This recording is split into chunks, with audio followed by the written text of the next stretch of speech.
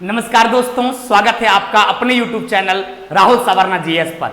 दोस्तों, पिछले 15 दिन से लगातार हम आपको केमिस्ट्री का टॉपिक वाइज न्यूमेरिकल पढ़ा रहे थे और आप लोगों ने इस न्यूमेरिकल को काफी प्यार दिया और काफी बेहतर तरीका से देखा। अब हम फिजिक्स का आज से स्टार्ट करते हैं और अभी से कंटिन्यू जब तक फिजिक्स का हर एक टॉपिक का न्यूमेरिकल खत्म नहीं हो जाएगा, आपको आ नहीं जाएगा, तब तक लगातार आज से फिजिक्स का न्यूमेरिकल लगातार चलते रहेगा।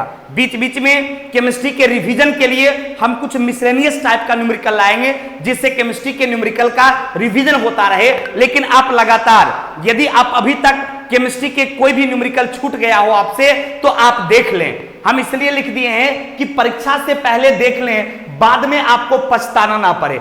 ऐसा नहीं कि एग्जाम से पहले नहीं देखिए और एग्जाम में 4 से 5 सवाल आपको न्यूमेरिकल का पूछ दे और आप ना बताए तो फिर बचताए होत क्या, जब चिड़िया चुग गई खेत। तो बाद में पछताने से बाबू कुछ नहीं होगा। यदि आप अभी तक नहीं देखे हैं तो केमिस्ट्री के सारे टॉपिक वाइज न्यूमेरिकल को जरूर देख लेंगे।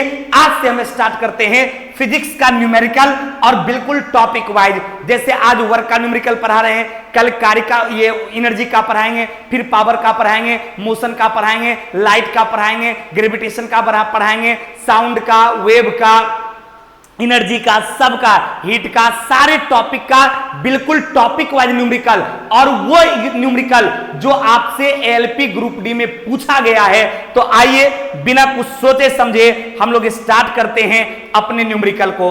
तो अभी आप देख रहे होंगे आपके सामने जो ये न्यूमेरिकल है, ये आपके एग्जाम का पूछा गया है।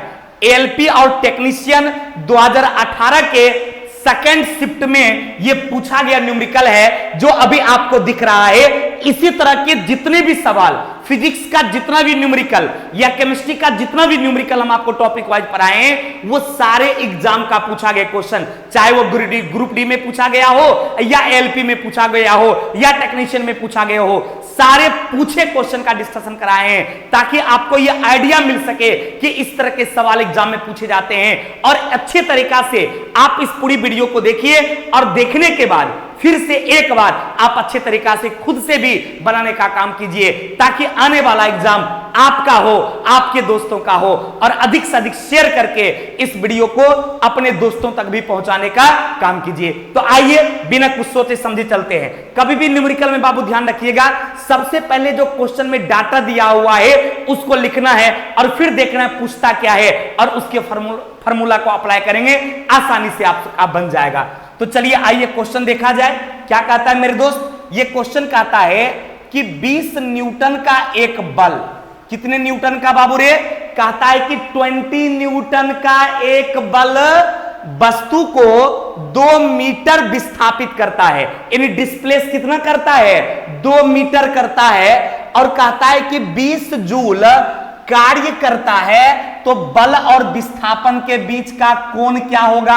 यानी ये आपसे थीटा के बारे में पूछा कि आप जो फोर्स लगा रहे हैं किसी ऑब्जेक्ट पर और उसमें जो डिस्प्लेसमेंट होता है, तो आपके फोर्स और उसके डिस्प्लेसमेंट के बीच का एंगल क्या होगा।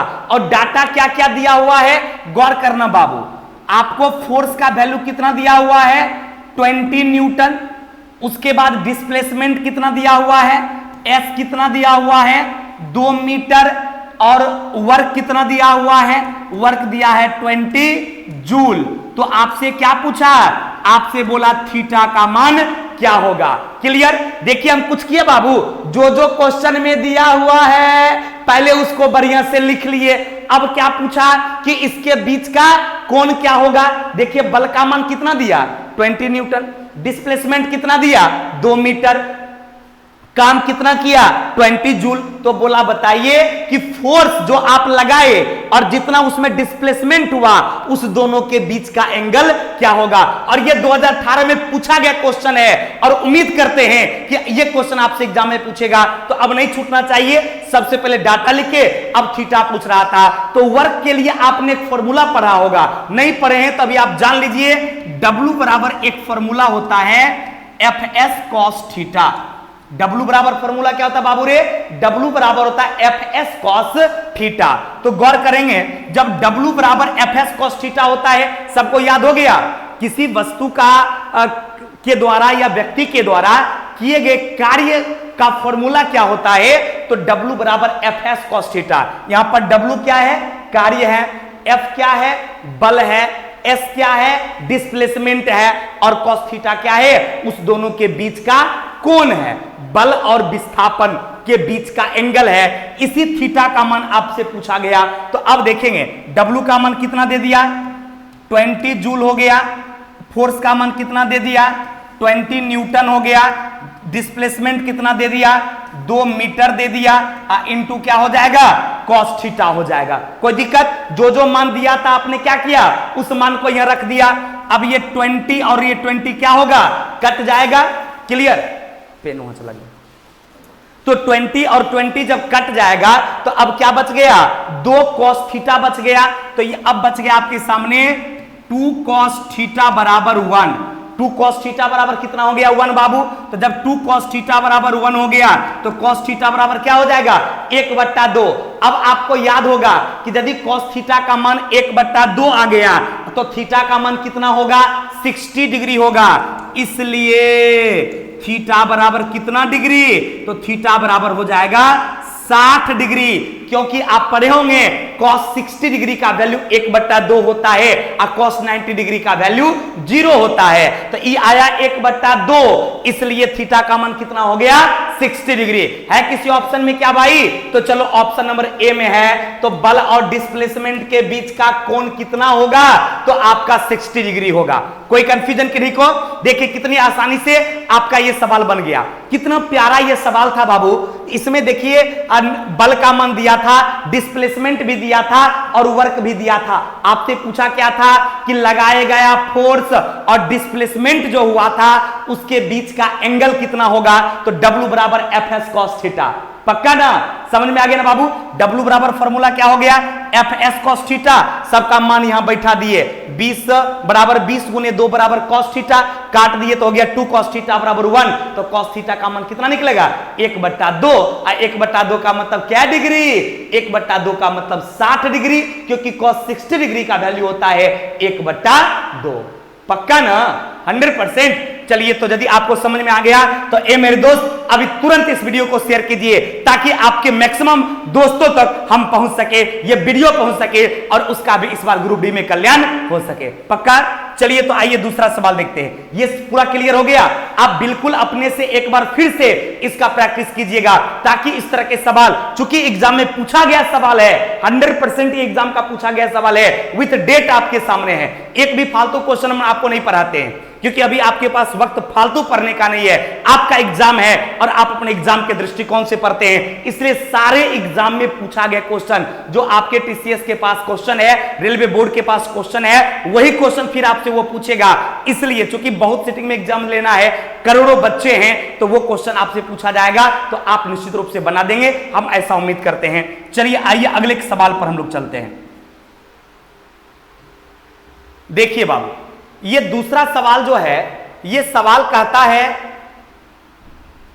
ध्यान देंगे, ये कहता है कि यदि एक हवाई जहाज 400 मीटर की दूरी तय करता है, 4000 मीटर की दूरी तय करता है, यानी डिस्प्लेसमेंट कितना दे दिया, 4000 दे दिया, तो कहता, और किया गया कार्य कहता है कि 20,000 जूल है। ये 4000 मीटर क्या किया, 4000 मीटर डिस्टेंस तय किया और किया गया कार्य कितना दे दिया, 20,000 जूल दे दिया। तो कहता है कि इस पर लगाया गया बल क्या होगा, यानी आपसे किसका मान पूछा, फोर्स का मान पूछा। दे क्या दिया, तो आपको एस का मान दे दिया 4000 मीटर, यानी डिस्प्लेसमेंट कितना दे दिया, दूरी कितना दे दिया, 4000 मीटर, और कार्य कितना दे दिया भाई, 20,000 जूल, यानी W का मान कितना दे दिया भाई, तो W का मान दे दिया 20,000 जूल।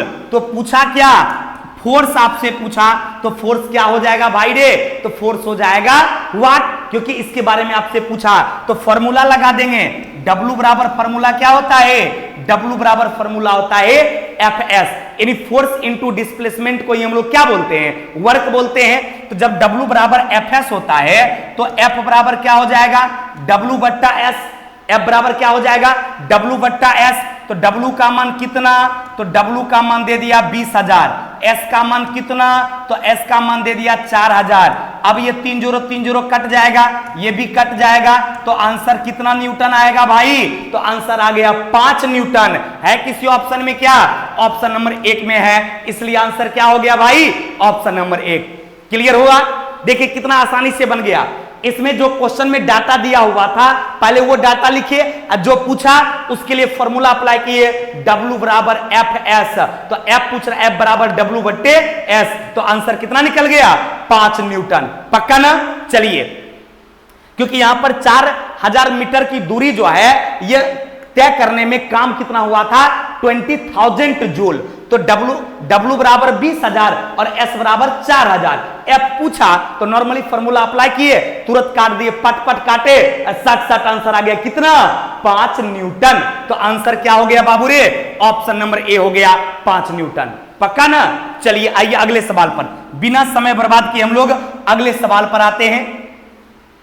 इसी तरह से लगातार आप हमारे वीडियो को प्यार दीजिए, एकदम बढ़िया से न्यूमेरिकल देखिए, एकदम आपके एग्जाम में नहीं पछताना पड़ेगा, नहीं रोना पड़ेगा और 100% आपका रिजल्ट होगा। यह भी क्वेश्चन देखिए, ग्रुप डी 2018 में पूछा गया सवाल है। ये ग्रुप डी 18, ये सारा क्वेश्चन जितना भी हम आपको फिजिक्स केमिस्ट्री का न्यूमेरिकल अभी तक बताए हैं या आगे बताएंगे, वो टोटल आपके एग्जाम का पूछा गया सवाल है। इसलिए न्यूमेरिकल के एक वीडियो को भी आप नहीं छोड़िए, लगातार पीछे जितना भी वीडियो है सारे वीडियो को आप देख लीजिए और अपने से खुद से भी बनाइए। पक्का ना, चलिए आइए अब देखिए ये सवाल क्या कहता है कि एक कुली जमीन से 20 किलोग्राम का सामान उठाता है, यानी जो कुली वस्तु को उठाता है उसका द्रव्यमान कितना दे दिया, 20 किलोग्राम दे दिया, यानी मास आपको 20 किलोग्राम दे दिया। और कहता उसे जमीन से 2 मीटर ऊपर ले जाता है। तो जमीन से किसी चीज को जब आप ऊपर ले जाइएगा तो इसका जो ये दूरी होता है वो दूरी नहीं बल्कि क्या कहलाता है, ऊंचाई कहलाता है, हाइट कहलाता है। तो आपको हाइट कितना दे दिया, 2 मीटर दे दिया। अब कहता है कि समान पर उसके द्वारा किया गया काम की गणना किए। तब क्या पूछा आपसे कि वो जो कुली उस वस्तु को उठाकर 2 मीटर ऊपर उठा के मैंने अपने सर पर रखा या 2 मीटर ऊपर उठाया तो उसके द्वारा किया गया कार्य क्या होगा, यानी आपसे W का मान पूछा।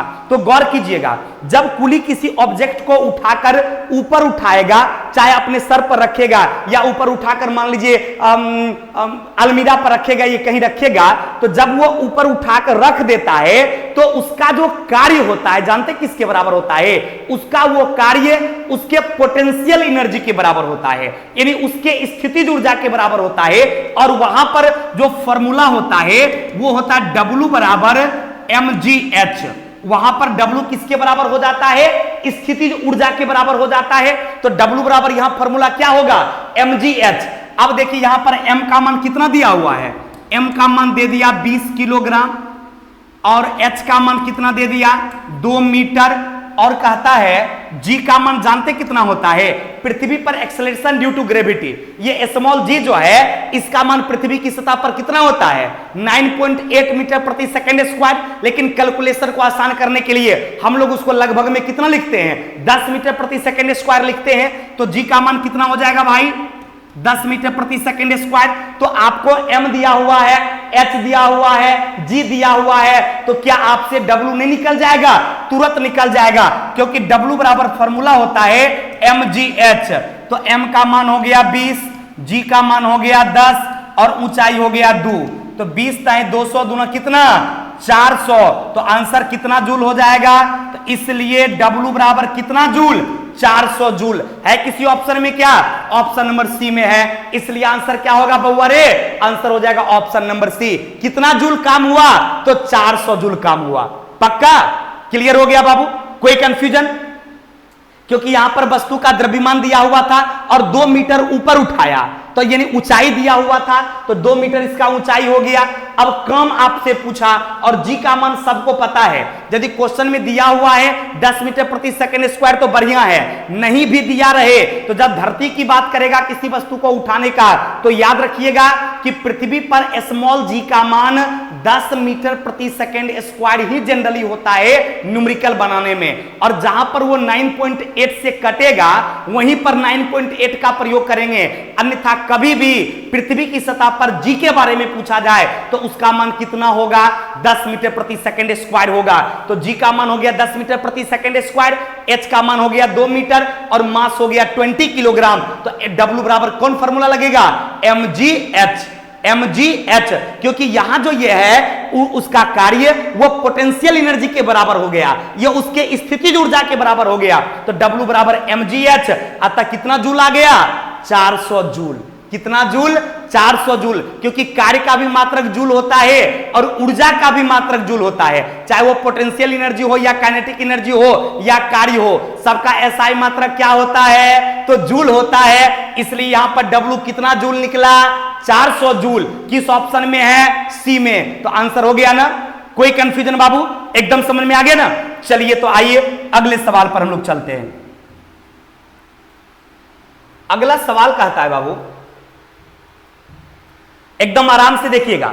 अगला सवाल ये आपसे कहा कि 4 किलोग्राम द्रव्यमान की एक वस्तु, यानी वस्तु का द्रव्यमान कितना दे दिया, 4 किलोग्राम दे दिया, यानी m का मान आपको दे दिया कितना किलोग्राम, m का मान दे दिया 4 किलोग्राम। कहता एक वस्तु क्षैतिज दिशा में 5 मीटर प्रति सेकंड की गति से, यानी एक ऑब्जेक्ट के बारे में बताता है जिसका द्रव्यमान 4 किलोग्राम है, वो हॉरिजेंटल दिशा में, क्षैतिज दिशा का मतलब क्या हो गया बाबू, हॉरिजेंटल दिशा, क्षैतिज दिशा माने हॉरिजेंटल दिशा। तो ये क्या कहा कि हॉरिजेंटल दिशा में 5 मीटर प्रति सेकंड की वेग से, यानी उसका वेलोसिटी कितना हो गया भाई, पहला वेलोसिटी v1 बराबर कितना हो गया, 5 मीटर प्रति सेकंड से कहता है कि इसकी गति 10 मीटर प्रति सेकंड तक बढ़ाने के लिए, यानी v2 का मान कितना दे दिया, 10 मीटर प्रति सेकंड दे दिया। तो कहता है कि इसके द्वारा किया गया कार्य क्या होगा, और पूछा क्या आपसे, W बराबर हुआ। एकदम घबराइएगा नहीं, क्योंकि यहां पर द्रव्यमान दे दिया और आपको वेग दे दिया, तो कितना बच्चा घबरा जाएगा कि भाई द्रव्यमान और वेग का संबंध तो वर्ग के साथ है नहीं है, कैसे है वो सुनिए। वस्तु का द्रव्यमान कितना दे दिया, 4 किलोग्राम। अब उसको कहा कि हॉरिजेंटल दिशा में 5 मीटर प्रति सेकंड की वेग से कितना मीटर ले जाना है, 10 मीटर ले जाना है। इसका मतलब उसमें गति करवा रहा है। तो यहां पर जो ये कार्य होगा वो कार्य किसके बराबर होगा, यहां पर कार्य काइनेटिक एनर्जी के बराबर होगा, गतिज ऊर्जा के बराबर होगा, क्योंकि 5 मीटर प्रति सेकंड से कहता है कि 10 मीटर प्रति सेकंड क्या कर देना है, वेग कर देना है। तो यहां पर ये W जो है, ये W काइनेटिक एनर्जी के बराबर होगा। किसके बराबर होगा बाबू, गतिज ऊर्जा के बराबर होगा। और गतिज ऊर्जा के लिए फॉर्मूला क्या होता है, हाफ mv²। आप पढ़े होंगे काइनेटिक एनर्जी बराबर फॉर्मूला होता है 1/2 mv² होता है। तो यहां पर W बराबर क्या हो जाएगा, W बराबर हो जाएगा हाफ mv²। W बराबर क्या हो जाएगा, हाफ mv²। क्यों W बराबर हाफ mv² लिखे, क्योंकि यहां पर जो किया गया कार्य है, यहां पर किए गए कार्य जो है वो काइनेटिक एनर्जी के बराबर है, क्योंकि उस वस्तु का गति कहता है कि 5 मीटर प्रति सेकंड से 10 मीटर प्रति सेकंड करना है, मतलब उसके गति में वृद्धि करना है, गति में परिवर्तन करना है। अर्थात यहां पर बल जो है वो यानी कार्य जो है वो काइनेटिक एनर्जी के बराबर होगा। W काइनेटिक एनर्जी के जब बराबर होगा तो काइनेटिक एनर्जी का फॉर्मूला हाफ mv², तो W बराबर भी क्या होगा, हाफ mv²। अब m का मान दिया हुआ है, v का मान दिया हुआ, बैठा दीजिए। तो ये हो जाएगा 1/2 गुने 4 गुने कितना, v² की जगह हो जाएगा 10 का स्क्वायर घटाओ 5 का स्क्वायर, 10 का घटाओ क्या हो जाएगा 5 का स्क्वायर, क्योंकि v1 कितना दिया हुआ है, 5 दिया हुआ है, और v2 कितना दिया हुआ 10। v1 का मान 5 मीटर प्रति सेकंड, और v2 का मान 10 मीटर प्रति सेकंड। पक्का? अरे बउआ फिर से एक बार समझो, काहे तुम घबरा रहा है।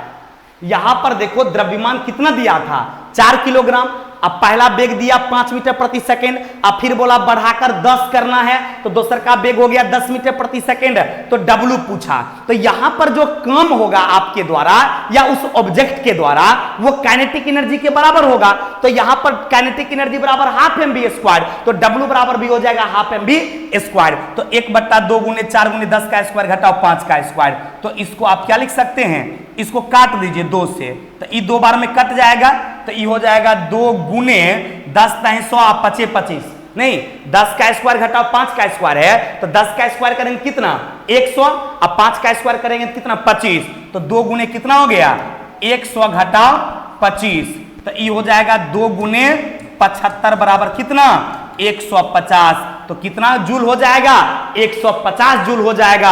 है किसी ऑप्शन में क्या, ऑप्शन नंबर ए में है, तो किया गया कार्य कितना जूल हो जाएगा, तो 150 जूल हो जाएगा, 150 जूल हो जाएगा जो आपके सामने है। पक्का कैसे हुआ फिर एक बार समझिए, एकदम आपको हड़बड़ाने की कोई बात नहीं है, ये चीज सीखना है, परीक्षा से पहले सीख लीजिए ताकि परीक्षा में आपको रोना नहीं पड़े, परीक्षा में पछताना नहीं पड़े। क्लियर, एक बार फिर से हम इसको बताते हैं और आप गौर से समझिएगा। ये थोड़ा सा टफ था लेकिन हड़बड़ाना नहीं है, क्योंकि हड़बड़ाना तो कायर का काम होता है, डरना तो कायर का काम होता है, और हम लोग वीर हैं इसलिए वीर योद्धा कभी डरता नहीं, क्योंकि जो हाथ डर गया वो मर गया।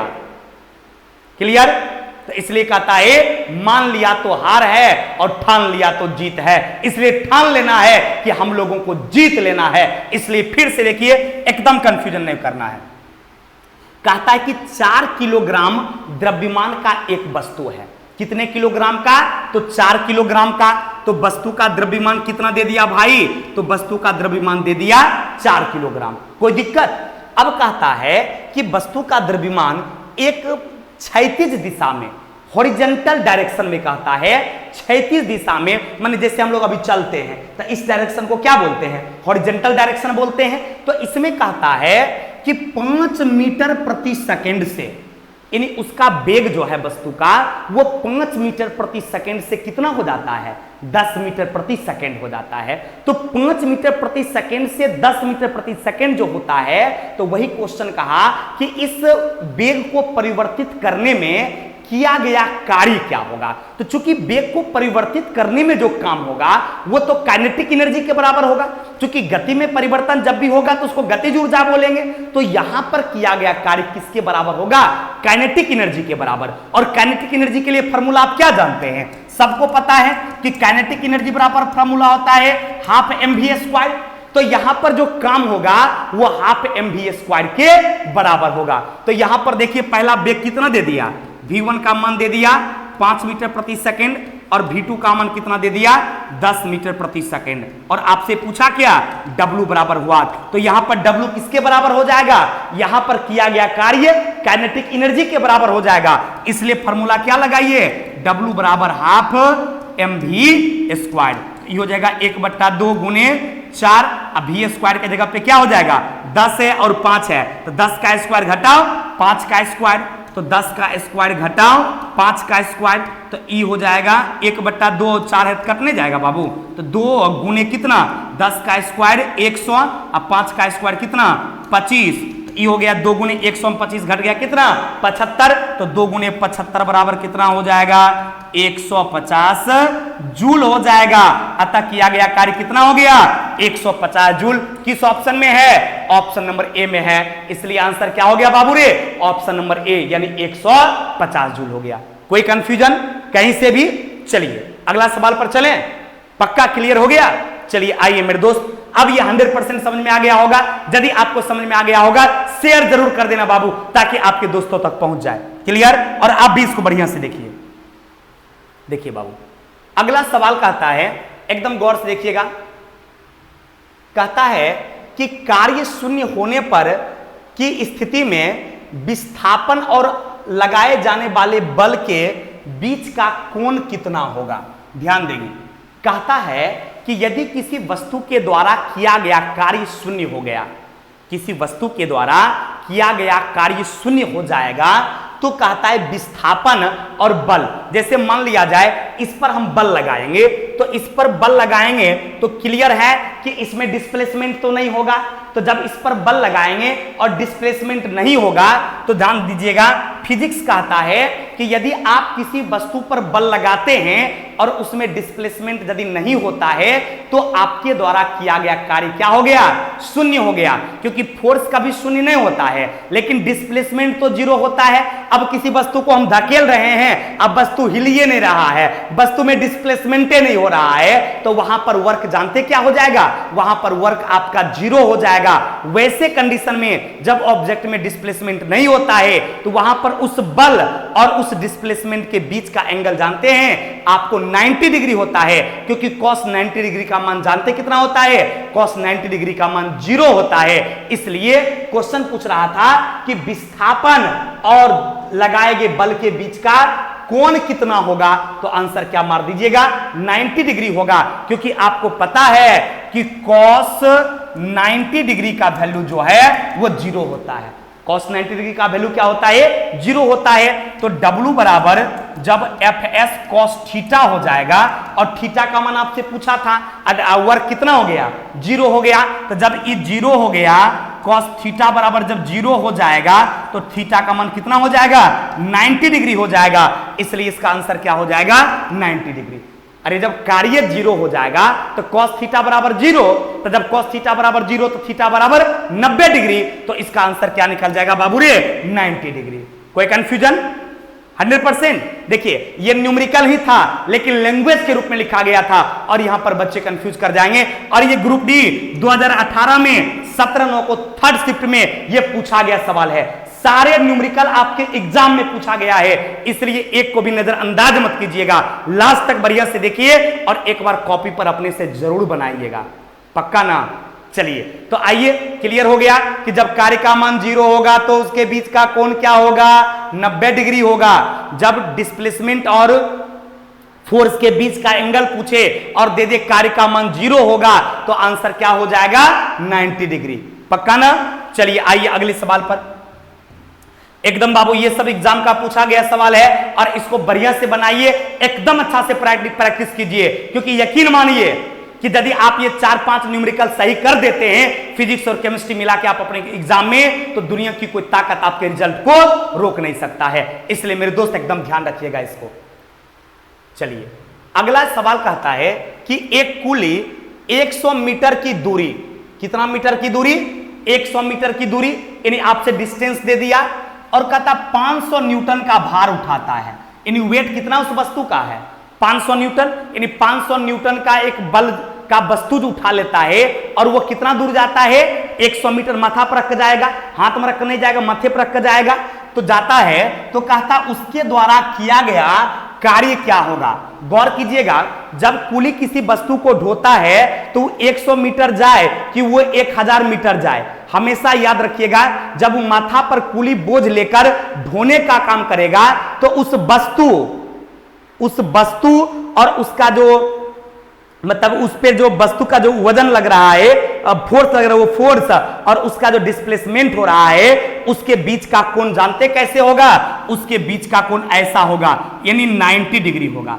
उसके बीच का एंगल क्या होगा, 90 डिग्री होगा। और जब cos 90 डिग्री हो जाएगा, एंगल जब 90 डिग्री हो जाएगा तो किया गया कार्य क्या होगा, जीरो हो जाएगा। यानी कुली अपने माथे पर 500 न्यूटन क्या 5 लाख न्यूटन का भी बल लेकर वो यदि प्लेन सतह पर चलने का काम करता है सिर्फ, तो वस्तु में कोई डिस्प्लेसमेंट चूंकि नहीं हो रहा है, इसलिए उसके द्वारा किया गया कार्य क्या माना जाता है, शून्य। जबकि बेचारा वो बहुत मेहनत किया है, बहुत काम किया है, लेकिन क्या करेगा बउआ, फिजिक्स कहता है कि यदि ऑब्जेक्ट में डिस्प्लेसमेंट नहीं हुआ, वो माथा पर से नीचे नहीं गया या एक जगह से दूसरा जगह नहीं गया, वो माथे पर रखल है, तो किया गया कार्य हम क्या मानेंगे, जीरो मानेंगे। भले माथा पर 10 मून का सामान लेके मर जाए, लेकिन कहता है कि जब तक ऑब्जेक्ट में डिस्प्लेसमेंट नहीं होगा तब तक फिजिक्स में वो काम नहीं कहलाएगा।